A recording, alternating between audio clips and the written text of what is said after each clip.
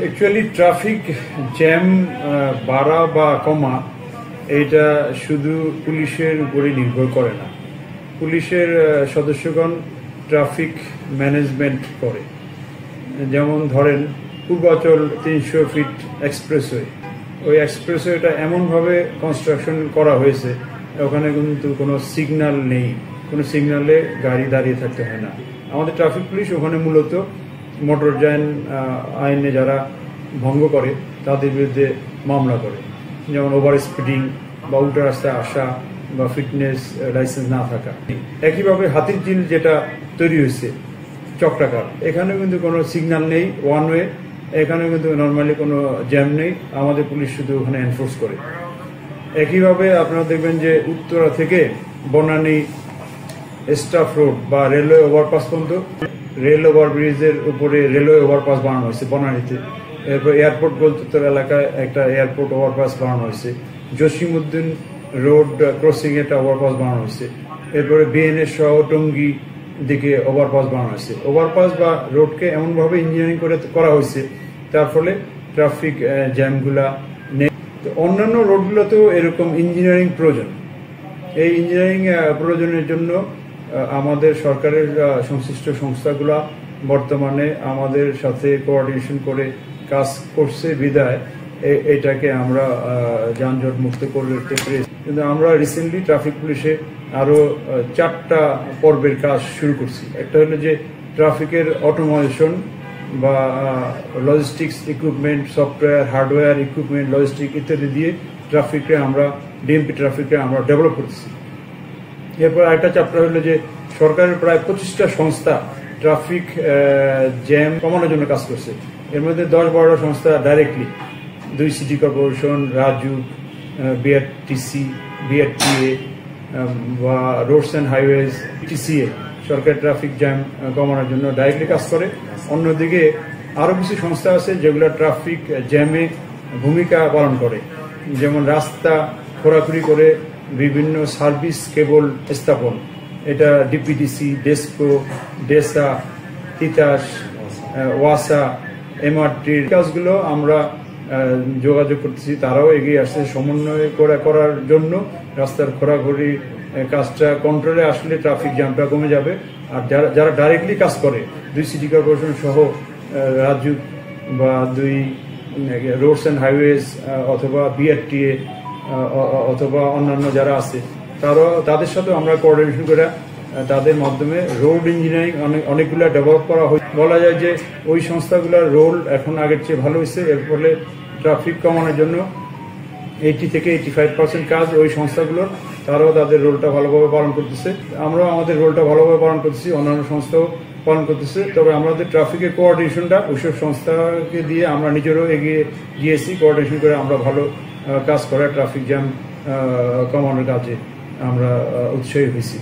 As well as আরেকটা chapter হলো যে আমাদের ট্রাফিক ফোর্সের যে ওয়েলফেয়ার, লজিস্টিক্স বা আমাদের অ্যাকোমোডেশন, এই ফোর্সটা 8 ঘন্টা কাজ করে, ফোর্সের পুলিশ বক্স, ব্যারাক ইত্যাদি লাগবে, এইসব বিষয়ে আমরা ডেভেলপ করতেছি। তার ফলে আমাদের হোল ট্রাফিক ব্যবস্থা ডিএমপির উন্নতি হচ্ছে। পাশাপাশি আমরা অন্যান্য সংস্থার সাথে সমন্বয় করে ট্রাফিক ব্যবস্থা উন্নয়ন করার জন্য রোড ইঞ্জিনিয়ারিং যেটা হয় সেটা আমরা অন্যান্য সংস্থার মাধ্যমে আমরা করাতে পেরেছি বললেই এটা উন্নতি হচ্ছে। উদাহরণস্বরূপ বলতে পারি যে বনানী কবরস্থান ক্রসিং, ওখানে সিটি কর্পোরেশনের সহায়তা আমরা এমনভাবে ইউ টার্নের ব্যবস্থা করা হয়েছে, তার ফলে বনানী কাকুলি এলাকায় ট্রাফিক জ্যাম আপনারা দেখে থাকবেন যে কি পরিমাণ কমে গেছে। অপরদিকে ধলাইপাড় এলাকায় একটা বড় গোল চত্বর ছিল এবং আমরা একটা সিগন্যাল কমিয়ে দিয়েছি, তার ফলে ধলাইপাড় থেকে মাওয়া রোডে ট্রাফিক জ্যাম কমে গিয়েছে।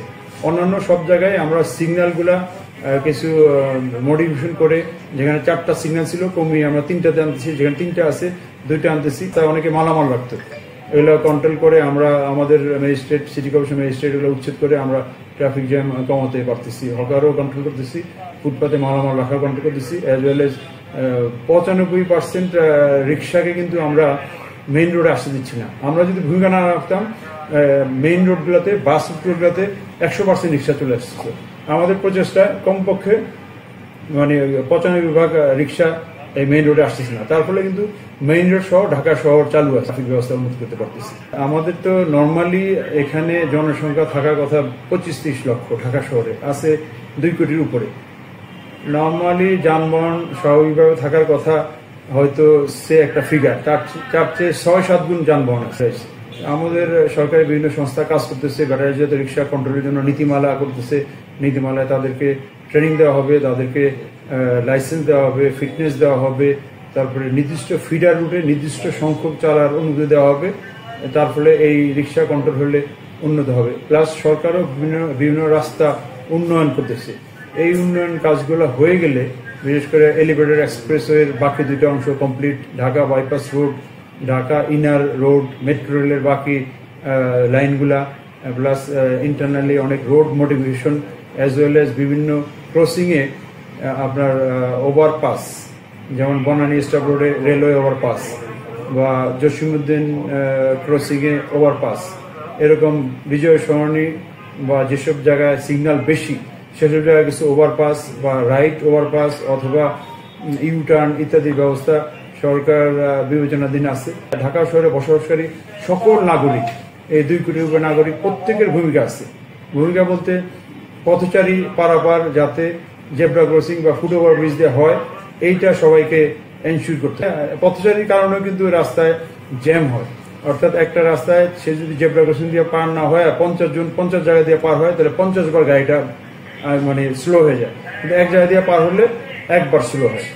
সেরকম পথচারী সহ সকল নাগরিকের দায়িত্ব ফুট ওভার ব্রিজ ব্যবহার করা, জেব্রা ক্রসিং ব্যবহার করা।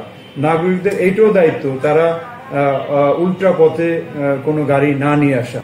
আবার অনেক প্যাসেঞ্জার বাসকে বাধ্য করে যত্রতত্র দাঁড়াতে, নামবে আবার রাস্তায় মাঝখানে উঠবে। অতএব নাগরিকদের দায়িত্ব হবে শুধু বাস স্ট্যান্ড ছাড়া যাতে বাস থেকে না নামে বা বাসে না উঠে। আমরা মনে করি যে 2 কোটির জনসাধারণ যদি ট্রাফিক জ্যাম কমানোর জন্য সমন্বিতভাবে এগিয়ে আসে, তাহলে আমাদের দেশ আশা করি শীঘ্রই ট্রাফিক জ্যাম থেকে মুক্ত হবে।